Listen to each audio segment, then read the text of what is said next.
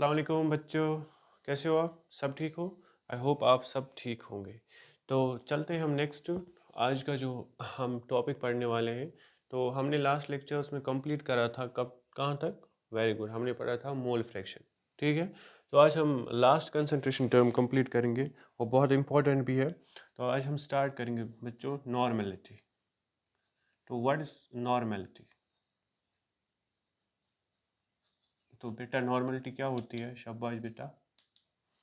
तो बेटा अगर हम बात करें नॉर्मलिटी की, ठीक है, क्योंकि हमने डिफरेंट टाइप्स कंसंट्रेशन टर्म्स पढ़े, तो आज हम लोग लास्ट में पढ़ लेंगे नॉर्मलिटी। ठीक है, शाबाश। तो पहले मैं डेफिनेशन लिखता हूँ नॉर्मलिटी होती क्या है। ठीक है, शाबाश। तो इट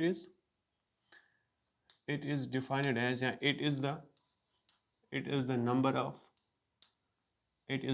ऑफ ग्राम इक्विवेलेंट्स। क्या होता है बेटा? It is the number of gram equivalents. It is the number of gram equivalents dissolved in per liter of solution. Dissolved in per liter of solution. ठीक है बच्चा। तो नॉर्मलिटी क्या होती है बेटा? No, it is the number of gram equivalents. पहले अगर डेफिनेशन की बात करें, ये होता है it is the number of gram equivalents dissolved per litre of solution. तो इसका क्या मतलब है? इसका ये मतलब है आपने कितने number of gram equivalents dissolve किए हैं इन पर लीटर ऑफ सॉल्यूशन।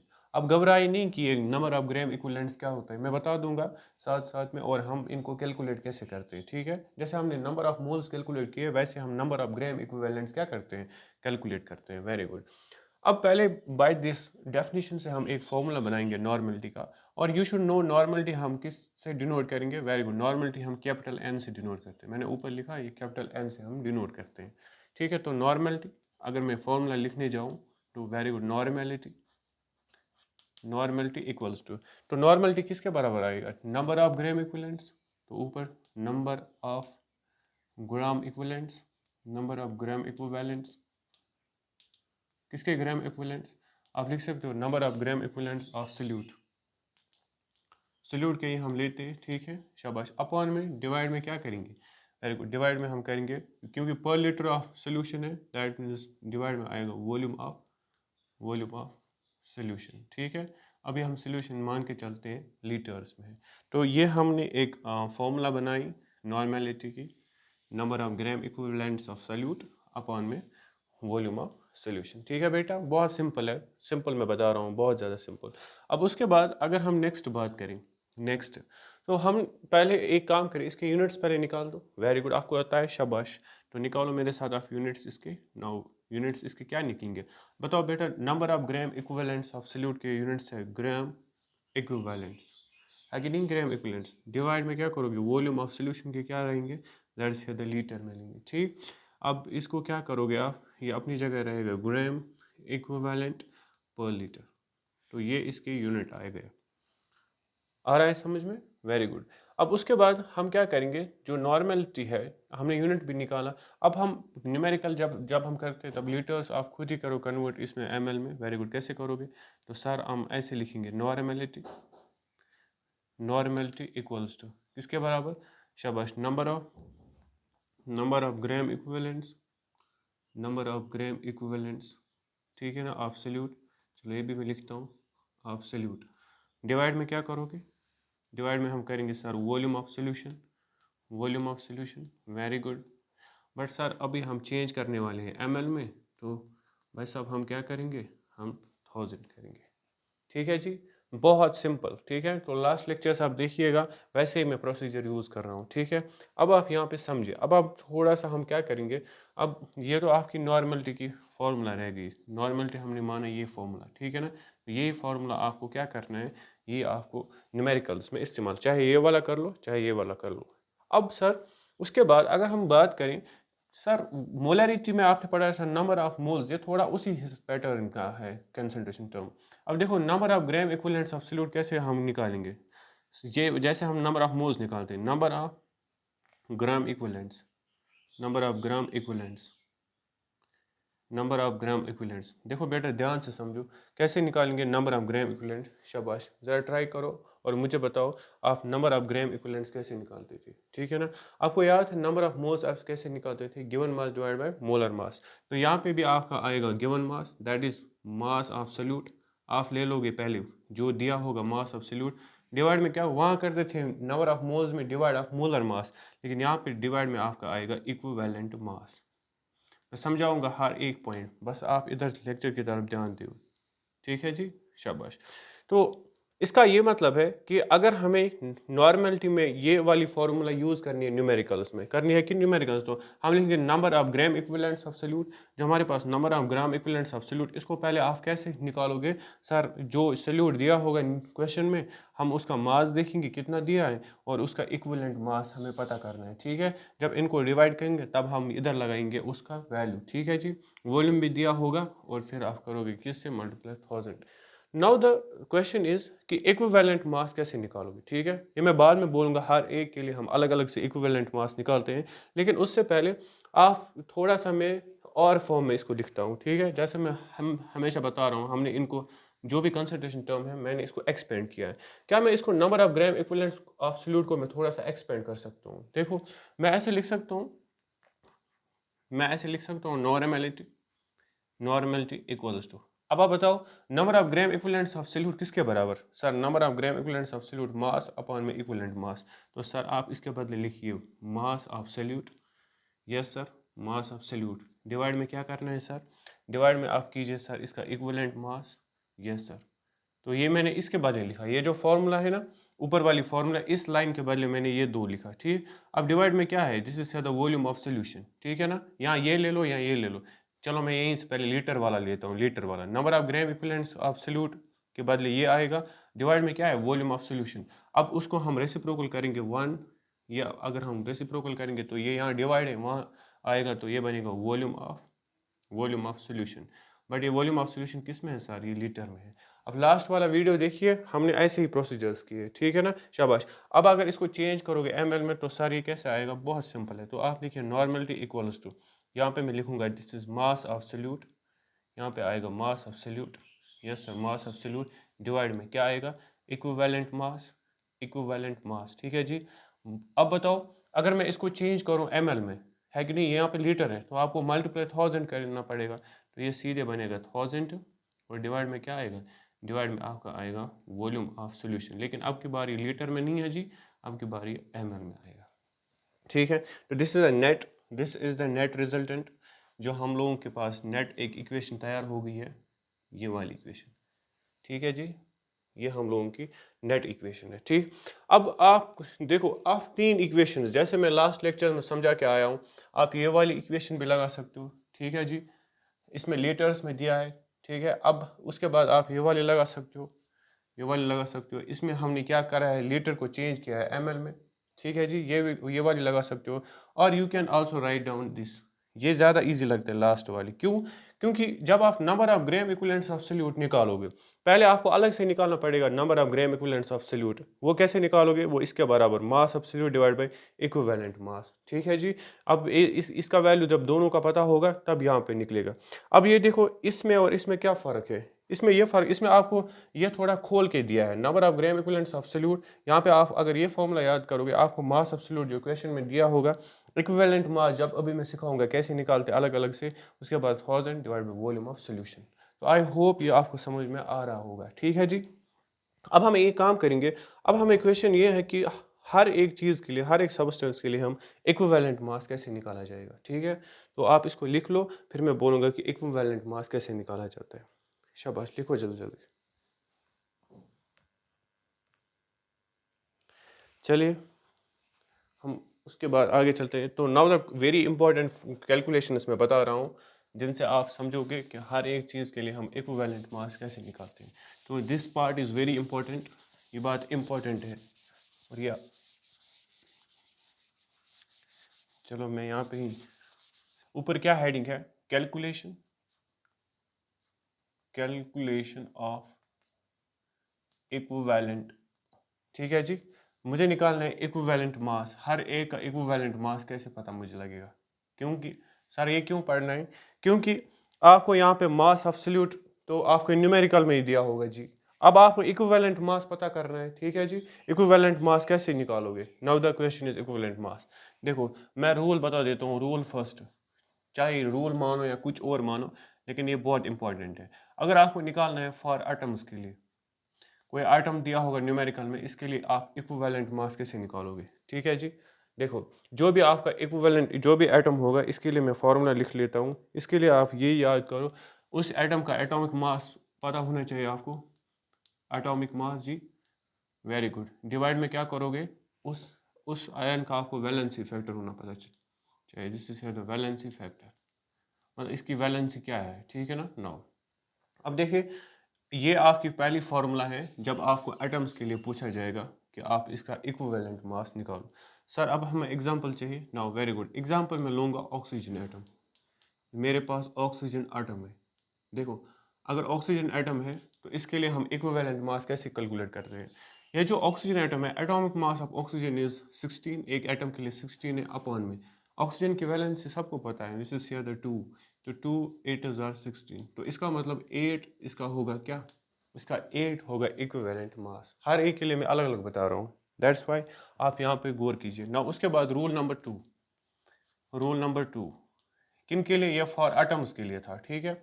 अब अगर फॉर आयंस, अगर आपकी क्वेश्चन में आयंस है, आयंस के लिए आप इक्विवेलेंट मास कैसे कैलकुलेट करोगे? किन के लिए सर जी? For ions. तो आयंस के लिए भी एक फॉर्मूला आप याद करें, फॉर आयंस।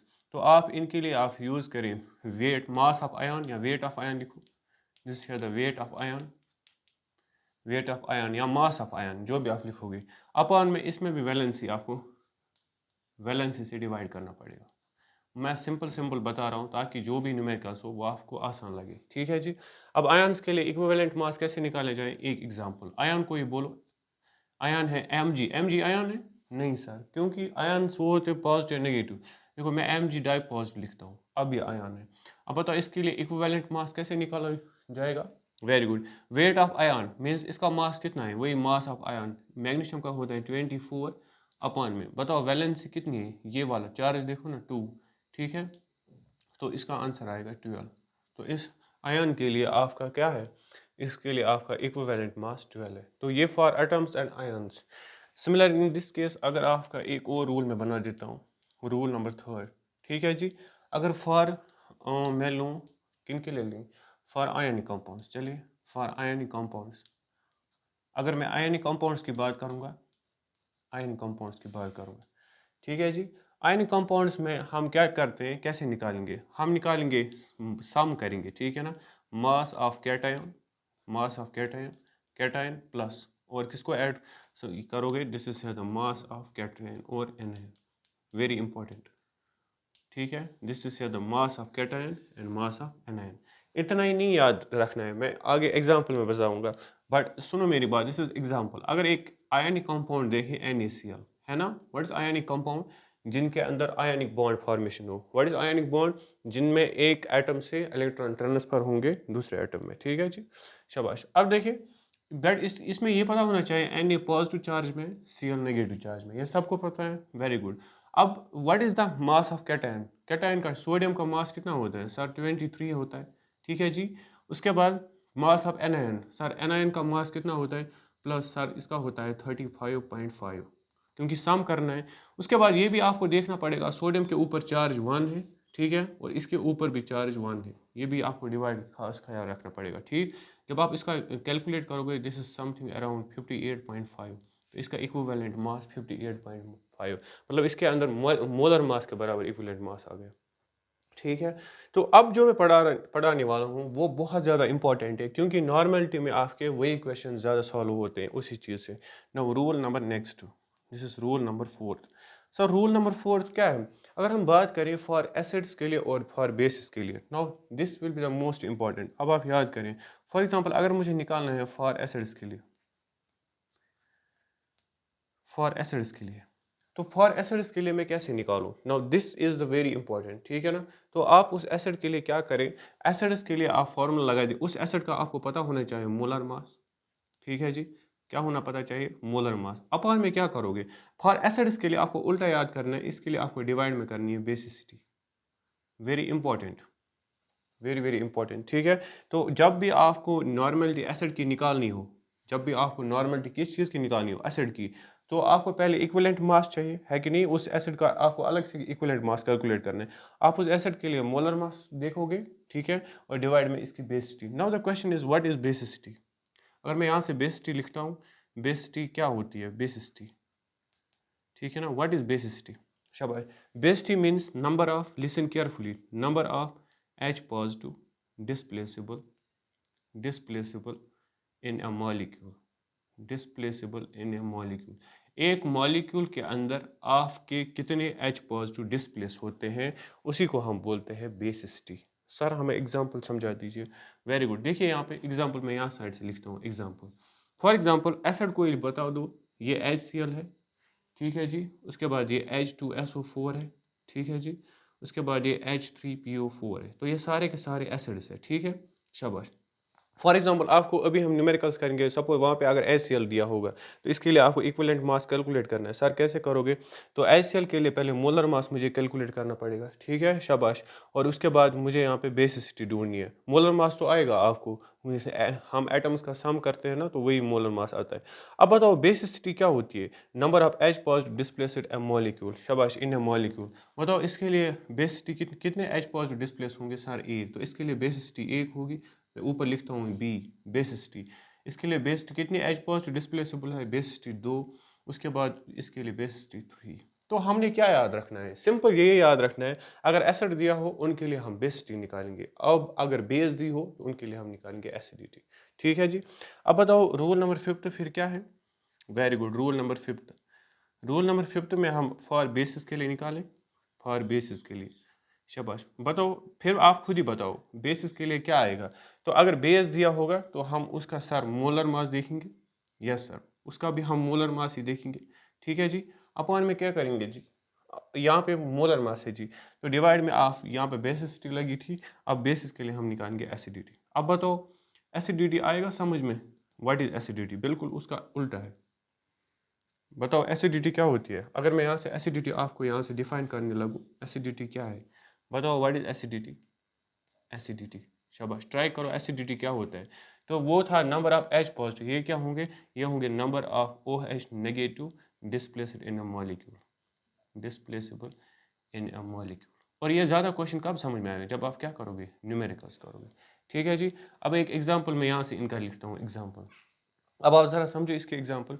अगर मैं फॉर एग्जांपल कोई बेस ले लूँ NaOH, मुझे एक बात बताओ, जब आप इसका इक्विवेलेंट मास निकालोगे, सर हमें क्या निकालना है, इसका इक्विवेलेंट मास। बेस के लिए मुझे इक्विवेलेंट मास निकालना है, तो मैं क्या करूँगा, पहले मैं इसका कैलकुलेट करूँगा मोलर मास डिवाइड में एसिडिटी। सर एसिडिटी कैसे निकलेगा, सर एसिडिटी होता है OH डिस्प्लेसेबल कितने होंगे, नंबर ऑफ। सर इसमें कितना एसिडिटी मिलेगा, इसमें आपको 1 एसिडिटी निकलेगा। सर ये CaOH का होल 2, सर ये भी तो बेस है, ठीक है। इसमें बेस में हम ढूंढेंगे एसिडिटी, सर इसमें कितने एसिडिटी निकलेगी, सर एसिडिटी क्या होता है, नंबर ऑफ OH, तो इसमें 2 आएगा, ठीक है। अब फिर इक्विवेलेंट मास कैसे सर कैलकुलेट करना है, अब इनमें मोलर मास अपॉन में इसमें देखेंगे आप एसिडिटी, और इनमें मोलर मास डिवाइड में बेसिसिटी। आई होप ये आपको समझ में आया होगा, ठीक है जी। अब इन्हीं चीज़ों को हम कहाँ पे अप्लाई करेंगे, न्यूमेरिकल के अंदर, ठीक है। शाबाश, आप इसको लिख लो। बहुत इंपॉर्टेंट पार्ट पढ़ा रहा हूँ, बहुत ज़्यादा इंपॉर्टेंट पार्ट।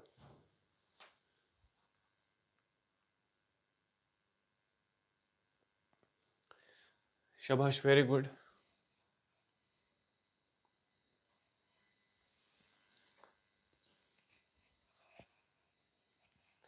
चलिए मैं इसको इरेज कर लेता हूँ, ठीक है जी। नोट्स में भेज रहा हूँ साथ साथ।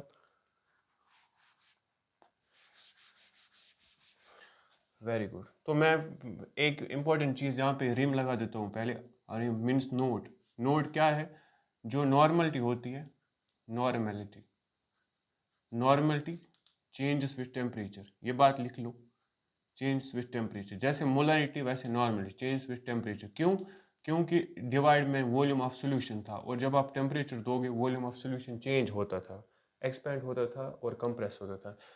उसके बाद फिर बताओ नॉर्मलिटी अगर चेंज होती टेम्परेचर, फिर ये डिपेंडेंट है कि इंडिपेंडेंट टेम्परेचर, सर ये टेम्परेचर के ऊपर डिपेंडेंट है। वेरी वेरी इंपॉर्टेंट, ठीक है जी, ये बात नोट कर लेना। चलिए अब हम आएंगे क्वेश्चंस पे। क्वेश्चन फर्स्ट क्या बोल रहे हैं? क्वेश्चन हाँ जी, calculate the normality calculate the normality calculate the normality of solution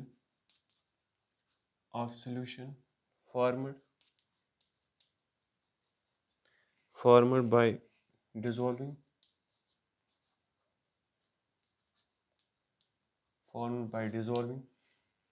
क्या किया गया है 20 ग्राम ऑफ क्या किया है 20 ग्राम ऑफ NaOH। अब आप पहचान लो एसिड दिया है कि बेस दिया है, ठीक है जी। Calculate the normality of solution, ठीक है, dissolving 20 gram of NaOH in 2 litre of solution जी, 2 लीटर ऑफ सोल्यूशन। चलिए टूट पढ़ो और बताओ जल्दी से आंसर इसका क्या आएगा। शाबाश, ट्राई कीजिए, क्वेश्चन पढ़िए आराम से और बताइए आंसर।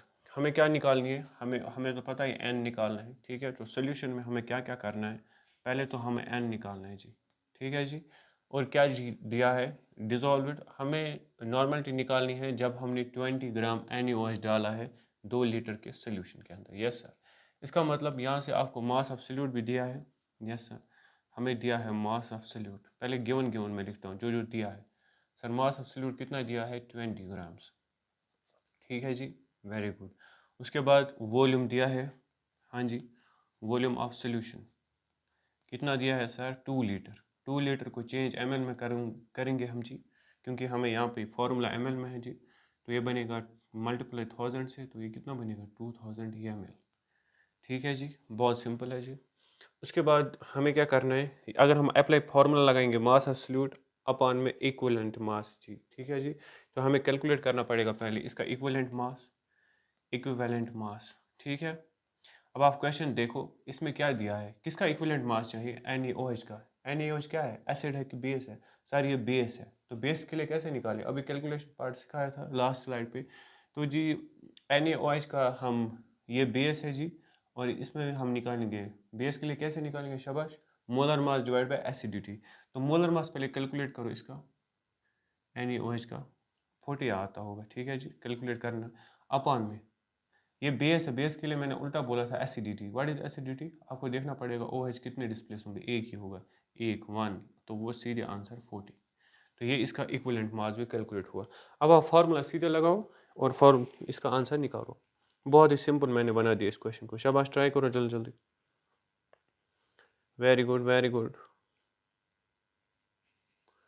शाबाश शाबाश, जल्दी से देखो फार्मूला लगाना है यार। Normality equals to mass of solute कितना दिया, सब तो मैंने कर दिया सॉल्व 20, ठीक है जी। इक्विवेलेंट मास कितना निकाला मैंने 40, ठीक है, मल्टीप्लाई फार्मूला का 1000 है जी, अपॉन में वॉल्यूम ऑफ सोल्यूशन 2 लीटर, मतलब ये बनता था 2000 लीटर, ठीक है। 3 0 3 0 कट है, 1 1 0 कट गया, 2 1 ज़ा 2, 4 2 ज़ा 8। इसको जब आप आंसर निकालोगे you will get the answer 0.25 normality, okay, यहाँ ग्राम इक्विवेलेंट। तो आई होप जो मैंने यहाँ पे क्वेश्चन दिया है ये आपको समझ में आया होगा। बहुत ही सिंपल क्वेश्चन मैंने आपको दिया यहाँ पे, ठीक है बेटा, शाबाश। तो एज यूजुअल मैं यहाँ से आपको एक होमवर्क क्वेश्चन देता हूँ, ये आप करके लाइएगा, ठीक है। देखो क्वेश्चन क्या है, क्वेश्चन 2 है, मैं आपको करके देता हूँ, ये यहाँ पे नहीं, आप खुद कर लेना, ठीक है ना। कैलकुलेट, बहुत सिंपल क्वेश्चन है, कैलकुलेट द, इसमें भी आप, क्योंकि ये नॉर्मलिटी का ही क्वेश्चन है, calculate the normality of solution, calculate the normality of solution, calculate the normality of solution, ठीक है ना। उसके बाद कंटेनिंग, इसमें क्या क्या दिया है, कंटेनिंग, शाबाश, कंटेनिंग 31.5 ग्राम ऑफ हाइड्रेटेड, देखो पानी इसके अंदर मिलाया गया है, हाइड्रेटेड ऑक्जेलिक एसिड, ठीक है जी, ऑक्जेलिक एसिड, फार्मूला लिख दूं, यस सर। हमें याद नहीं है। H2C2 उसके बाद 2 times H2 that's why it is hydrated oxalic acid. ठीक है, कितने में ऐड किया हुआ है 1250 ml। ठीक है जी, उसके बाद आप सोल्यूशन, तो बेटा जी आपको क्या निकालना है सर, हमें नॉर्मलिटी कैलकुलेट करनी है। तो आई होप जो मैंने आपको नॉर्मलिटी चीज़ें समझाई यहाँ पे, ठीक है ना, पहले डेफिनेशन बताया था नॉर्मलिटी का, उसके बाद हमने यहाँ पे फॉर्मूलाज निकाले। ठीक है जी, उसके बाद हमने यहाँ पे देखा कि टेम्परेचर के साथ ये डिपेंडेंट होता है, और मोलारिटी और नॉर्मलिटी ये दो बंदे हैं जो टेम्परेचर के साथ चेंज होते हैं, और इससे क्वेश्चन भी आते हैं आपको। ठीक है, उसके बाद मैंने आपको एक शॉर्ट फार्मूला भी बना के देता हूँ मैं, और साथ साथ और मैं ये एक्सपेंडेड फॉर्म में भी देता हूँ, ताकि ये एक्सपेंडेड फॉर्म हमें ईजी लगता है। और मैंने आपको कैलकुलेशन सिखाया कि हर एक सब्सटेंस के लिए हम इक्विवेलेंट मास कैसे कैलकुलेट करते हैं। तो आई होप जो मैं आपके लिए पढ़ा रहा हूँ यहाँ पे, कि ये आपके लिए बहुत फ्रूटफुल रहता है, आपके लिए बहुत फ़ायदेमंद होता है। तो आप एक बार मेरी जो यहाँ पे जो भी प्ले लिस्ट में मैं जो यहाँ, तो मैंने नई सीरीज़ आपके लिए स्टार्ट की, अब एक बार थोड़ा सा टाइम दीजिए, थोड़ा सा पढ़ लीजिए, और आई होप कि आपको मेरे लेक्चर्स बहुत अच्छे लगेंगे। ठीक है, तो यूट्यूब पे कोई कमी है ही नहीं, क्योंकि वहाँ पे बहुत ज़्यादा अभी कंटेंट प्रेजेंट है। तो मैं ये चाहता हूँ कि आप मेरे चैनल्स को देखिए और मेरे इन वीडियोस को देखिए, और फिर आप देखिए कि मैं बोर्ड के हिसाब से पढ़ा रहा हूँ, है कि नहीं। मे भी वहाँ पे कहीं पे आपको यूट्यूब चैनल पे बोर्ड पे ही पढ़ाएंगे, बोर्ड अकॉर्डिंग बोर्ड में बात कर रहा हूँ, ठीक है ना, state board and all the. तो मैं जो भी यहाँ पे आप ज़्यादा में जो है हम लोगों के जेके बॉस के क्वेश्चंस होते हैं, वो थ्योरी पेपर होता है। ठीक है जी, तो मैं उसी लेवल से आपको पढ़ा रहा हूँ ताकि आपको इजी लगे। ठीक है, तो आप इनको देखें और दूसरों बंदों तक भी पहुँचाएं, क्योंकि स्टूडेंट का ही हक होता है कि वो टीचर के साथ वो चीज़ें उसकी जो वीडियोस हैं उनको शेयर करें, और उसी को फिर कामयाब करें आगे। ठीक है, तो आई होप कि जो भी मैं यहाँ से आपको पढ़ा रहा हूँ ये आपको अच्छा लगता है। ठीक है, और जो भी आपको कुछ डाउट होता है वो आप मुझे बताएं, और प्लीज़ जो मैं लास्ट एंड में क्वेश्चंस देता हूँ इनको आप प्लीज़ सॉल्व किया करें। ठीक है, ताकि आपको यहाँ पे, तो मुझे लगेगा कि आप एक तो वीडियो देख रहे हो, और दूसरा आपको अच्छे से समझ में आता होगा। ठीक है, और एक इम्पॉर्टेंट चीज़, मैं आप प्ले लिस्ट में तो आप कभी चेक करते हो, साथ साथ में एक ऑप्शन होता है कम्युनिटी का ऑप्शन। ठीक, कम्युनिटी में आप जाओ, मैं हर इसके रिलेटेड वहाँ पे ऑब्जेक्टिव क्वेश्चंस डालता हूँ, और इनकी भी प्रैक्टिस करो। ठीक है, क्योंकि अब थोड़ा स्टेट बोर्ड ख़त्म होने लग रहा है, अब सीबीएसई और बहुत इंपॉर्टेंट मतलब ऑब्जेक्टिव टाइप के क्वेश्चन आते हैं, दैट्स वाई। तो चलो मिलते हैं नेक्स्ट वीडियो में। तो हम लोगों ने कंसंट्रेशन कंप्लीट किया है, अब हम स्टार्ट करेंगे सॉल्युबिलिटी। ठीक है, तो थैंक यू वेरी मच, अल्लाह हाफिज़।